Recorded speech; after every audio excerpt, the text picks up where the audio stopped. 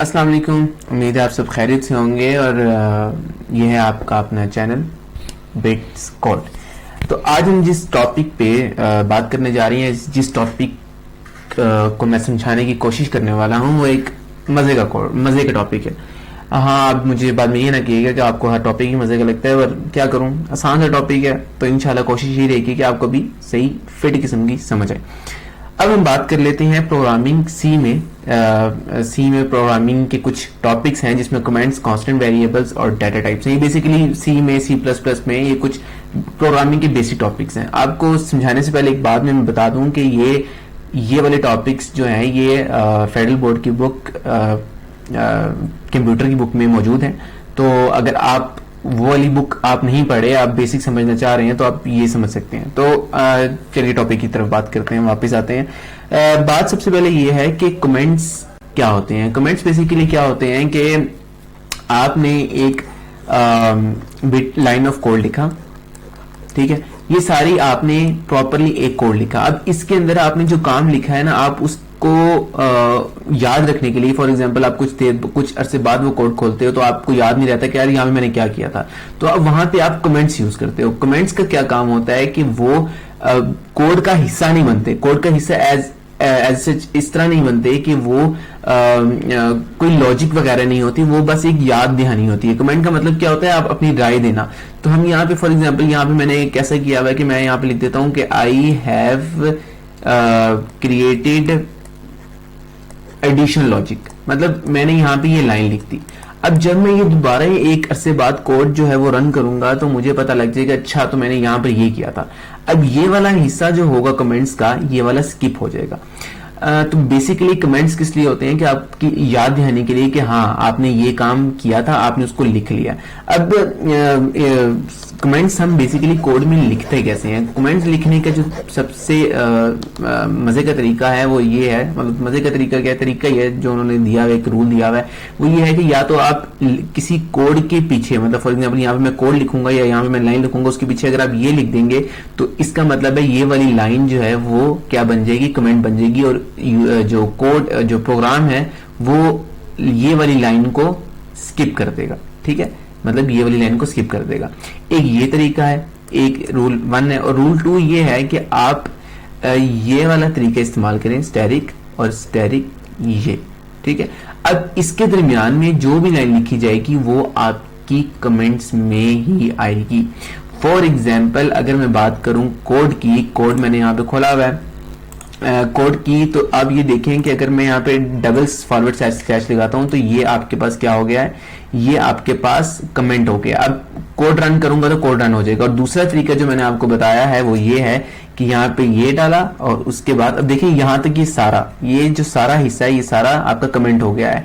तो यहां तक मैंने ये और ये डाल दिया, तो अब ये सारा कमेंट और ये आपका सारा ये वाला हिस्सा एग्जीक्यूट होगा, ये वाला सारा हिस्सा जो है वो आपका स्किप हो जाएगा। तो ये हम बेसिकली कमेंट्स जो है वो इस तरह यूज करते होते हैं। इसके अलावा अगर हम बात करें कांस्टेंट एंड वेरिएबल्स की, तो कांस्टेंट बेसिकली क्या होता है, जिसकी वैल्यू चेंज ना हो, और वेरिएबल वो होता है जिसकी वैल्यू चेंज होते हैं। हम मैथ में हम बेसिकली क्या करते हैं, हम एक्स और वाई ले लेते हैं वेरिएबल।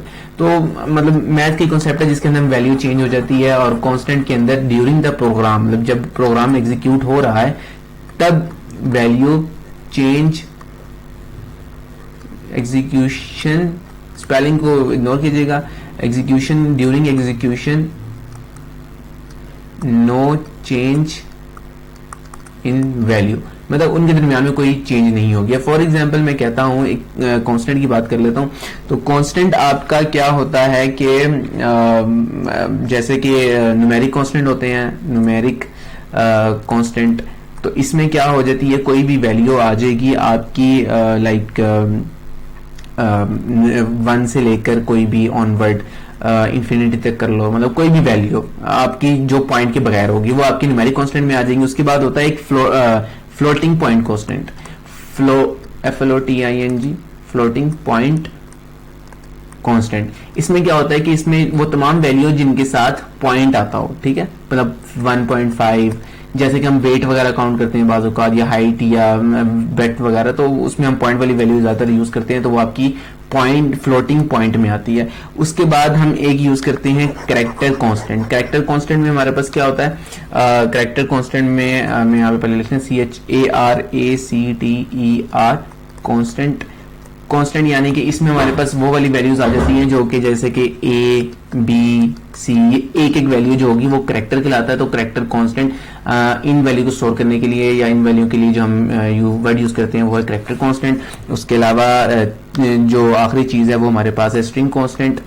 स्ट्रिंग कांस्टेंट का मतलब है कि स्ट्रिंग कहते हैं एक पूरे सेंटेंस को या एक पूरे वर्ड को। जैसे कि अगर मैं अपनी ही चैनल का नाम लिखूं तो बिट्स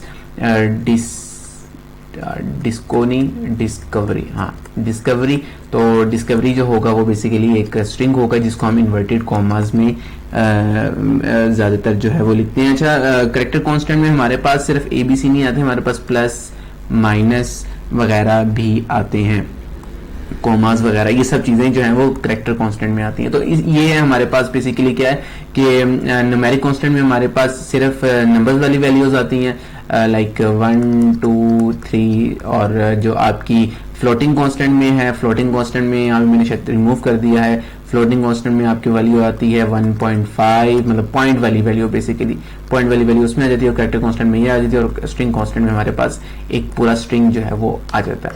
अच्छा, ये हमारा डिस्कशन जो है वो हो गई कंप्लीट। उसके बाद हम बात करते हैं जनाब किसकी, डाटा टाइप्स की। डाटा टाइप्स क्या है हमारे पास, के हमारे पास कितने किस्म के जो है वो डाटा टाइप्स जो हैं हमारे पास वो बहुत किस्म के हैं। मतलब कि जैसे कि अगर हम बात करें इंटीजर की, इंट, ये आपके पास इंटीजर होता है। उसके अलावा आप बात कर लें फ्लोट की, FLOAT की। उसके बाद अगर आप बात कर लें करेक्टर की, CHAR, जिसको हम CHARACTER, मतलब ये करेक्टर की शॉर्ट फॉर्म है, करेक्ट चार या इंट, फ्लोट। इसमें अब हमारे पास कौन सी चीज़ें स्टोर होती हैं, जैसे कि विदाउट पॉइंट वाली वैल्यूज़, विदाउट पॉइंट या डेसिमल वाली वैल्यूज़, और इसके अंदर जो होती हैं स्टोर वो होती हैं विद डेसिमल वैल्यूज़। इसके अंदर हमारे पास करेक्टर स्टोर्स होते हैं, जैसे कि आपका A हो जाएगा, B C, सिंगल करेक्टर है, प्लस, मतलब ये इस तरह के जो हैं वो आपके इसके अंदर आ जाते हैं। अब इसके इंटीजर के अंदर आप, अगर मैं आपको कहूँ कि कुछ और भी हम जो है वो डिस्कस कर सकते हैं इसकी मज़ीद टाइप्स, तो ये बात भी गलत नहीं होगी। जैसे कि शॉर्ट SHORT इंट, ठीक है। उसके बाद हम यूज़ कर सकते हैं लॉन्ग इंट। उसके बाद हम यूज़ कर सकते हैं SIGNET इंट। अगर हमने ये डाटा टाइप हैं, और अगर हम एक वेरिएबल बनाया सम, ठीक है, मतलब एक वेरिएबल बनाया है जिसकी डाटा टाइप जो है वो इंट है। अब इसमें और इंट में क्या फ़र्क है, मतलब अगर इन दोनों को हम कंसीडर करें तो इसमें और इंट में क्या फ़र्क है। अगर हम कह दें कि इंट की जो मेमोरी स्पेस जो है वो फॉर एग्जांपल इतनी है, ठीक है, और उसके पीछे अगर हम शॉर्ट लगा दें, शॉर्ट इंट, तो ये चेंज हो जाएगा फिर और छोटी मेमोरी के अंदर, ठीक है, इससे छोटी हो जाएगी। और इसी तरह अगर हम बात कर लें लॉन्ग इंट की, फॉर एग्जांपल इंट की, जैसे कि भी मैंने आपको बताया था कि इंट की मेमोरी जो है वो इतनी है, और हम लॉन्ग इंट लगा देते हैं तो उसकी मेमोरी ऑक्यूपाई स्पेस थोड़ी सी ज़्यादा हो जाएगी। तो इस तरह जो है वो वर्क करेगा। और इसके अलावा अगर हम एक और बात जो तीसरी भी आपको मैंने करवाई है वो है जनाब SIGNET। इसमें क्या होगा कि इसमें सिर्फ पॉजिटिव वैल्यू ही आ सकती है, इसमें नेगेटिव वैल्यू नहीं आ सकती। अगर हम इसके अंदर नेगेटिव वैल्यू देंगे, नेगेटिव वैल्यू अगर हम देंगे फॉर एग्जांपल -20 दी, तो रिजल्ट जो होगा वो अनएक्सपेक्टेड होगा, मतलब गलत रिजल्ट होगा, जो कि रिजल्ट आना चाहिए वो रिजल्ट नहीं होगा। जैसे कि अभी मैं एक आपको प्रोग्राम दिखा देता हूँ। प्रोग्राम में हाँ, ये मैंने जो है वो ऑलरेडी आपके लिए कोड लिखा हुआ है। मैं आपको थोड़ा सा कोड समझा भी देता हूँ कि मैंने एक डाटा टाइप वैल्यू 1 के नाम से एक short int data type use करते हुए एक वेरिएबल बनाया, ठीक है, उसके अंदर 10 स्टोर किया। फिर लॉन्ग इंट डाटा टाइप को यूज करते हुए वैल्यू 2 बनाई, जिसके अंदर मैंने 20 स्टोर किया। उसके बाद एक unassigned int integer data type variable बनाया वैल्यू 3 के नाम से, जिसके अंदर 30 स्टोर किया। अब इन सबको मैंने प्रिंट करवाया। अब इसको आप छोड़ दें कि ये क्या है, ठीक है, बल्कि एक मिनट, हाँ लिखे रहने देते हैं। अब शॉर्ट इंट यूज किया ना, तो उसके लिए हमें ये चीजें यूज करनी पड़ती हैं। फिलहाल इसको इग्नोर करें, सिर्फ मैं आपको बताता हूँ कि मैंने वैल्यू 1 प्रिंट करवानी है, ठीक है, और वैल्यू 2 प्रिंट करवानी है और वैल्यू 3 प्रिंट करवानी है। ये तीनों प्रिंट करवाऊंगा तो देखिएगा क्या आंसर आता है। तीनों का 10, 20 और 30 आता है। मैंने वैल्यू 1 का नाम चेंज कर लेता हूँ यहाँ पे, वैल्यू 1, और दूसरी वैल्यू 2 और ये हो जाएगा जी वैल्यू 3। अब मैं दोबारा प्रिंट करवाऊंगा तो यहाँ पे देखिएगा कि इनके नाम जो हैं वो चेंज हो जाएंगे। तो हमें अब पता लग गया कि सही वैल्यू है। अब इसके बाद अगर हम बात करें कि अगर मैं अनअसाइंड को -30 दे देता हूँ तो फिर आप रिजल्ट देखिएगा क्या होगा।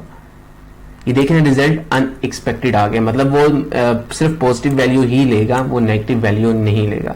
तो ये था तमाम जो काम हमारा, ये काफ़ी है। ये उम्मीद है आपको समझ आ गई होगी। अगर कुछ इसमें मिस किया हो मैंने या कुछ आपको समझ ना आया हो तो कमेंट में ज़रूर बताइएगा। इंशाल्लाह अगली वीडियो में मुलाकात होती है। फ़ी अमानिल्लाह, अल्लाह हाफ़िज़।